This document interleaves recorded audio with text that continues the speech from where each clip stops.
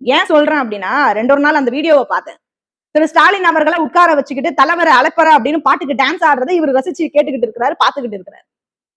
சமீபத்துல திருச்சியில திமுக மாநாடு நடந்தது. அந்த மாநாட்டுல எங்கேயாவது நாங்குநேரி படுகொலை பற்றியோ இல்லைன்னா தமிழகத்துல நடக்கிற தீண்டாமை பிரச்சனையோ ஜாதிய பிரச்சனையோ வாய திறந்து அந்த மேடைகள்ல யாருமே பெருசா பேசவே இல்லை, கண்டிக்கவே இல்லையே. ஏன்?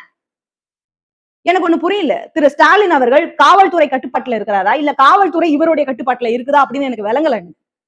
இந்த 4 வருஷத்துல தலித் மக்கள் எத்தனை பேரை படுகொலை செய்தாங்க, எத்தனை பெண்கள் பாலியல் வன்கொடுமை நடந்திருக்கு. இதெல்லாம் சரி செய்ய வேண்டிய கட்டுப்படுத்த வேண்டிய முதல்வர் என்ன நடவடிக்கை எடுத்திருக்கிறார்?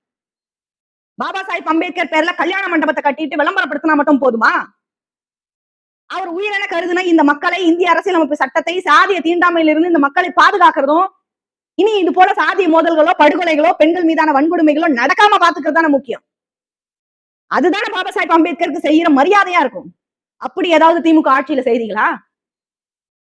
என்னை போன்றவங்க திமுகவை முதல்வரை கேள்வி கேட்டுட்டா போதும், உடனே திமுகவோட அடிபடுறீங்க, பொது வெளியில எங்களை அநாகரிகமான முறையில திட்டுறீங்க, அப்படியே வரிஞ்சுக்கிட்டு கிளம்பிடுறீங்க.